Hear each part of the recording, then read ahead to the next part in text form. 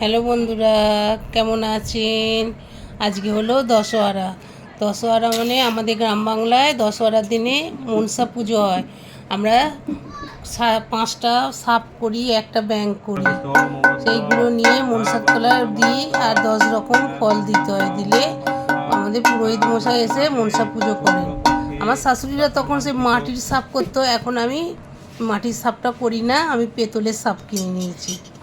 দেখবেন, হ্যাঁ, থালার মধ্যে দেখতে পাবেন আমার 5টা সাপ আছে এরকম পেতলের।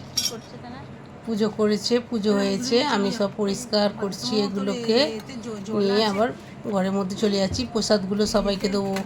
আবার সবাইকে একটা উচ্ছে থাকে, সেই উচ্ছেটাকে আবার খেতে হয়। আমার শাশুড়িরা তখন দিয়েছে, সেই নিয়মই আমি পালন করে আসছি। এই দেখুন, আমরা আজকে দুপুরবেলা সব শুকনো খাচ্ছি। চিড়ে, দই, আম, মটর ডাল দিয়ে আমি কচুরি করেছি, আলুর দম, শশা, মিহিদানা খুঁজছে, আবার মিহিদানা কোথায় বলছে, মিহিদানা এনেছে।